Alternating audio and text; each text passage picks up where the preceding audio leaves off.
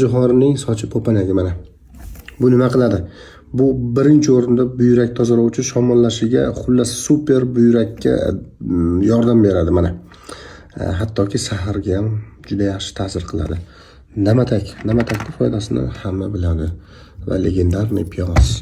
Bu piyoz haqida o'tgan safar video qilganman. Juda ham yaxshi prosmotr bo'lgan. O'zi to'g'risi ham shu va yantoq mana.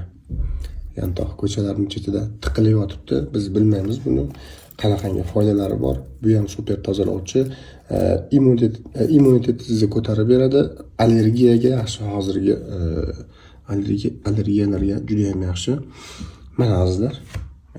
Mana shularni yig'ib bemalol oilaviy ichib yuravering. Faqat homilador ayollar iloji bo'lsa ichmang.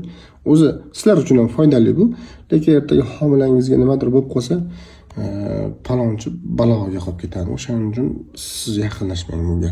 Lekin hamma ichib yursa bo'ladi. Mana ozgina navbat solsangiz, piyozni hidini oladi, ham ichimli bo'ladi. Har oyning boshida 10 kun ovqatdan oldin 2 mahal, 3 mahal ichib yuring. Mana shuncha suvga tayyorlasangiz bo'ladi. Mana bitta piyoz va shuncha soch.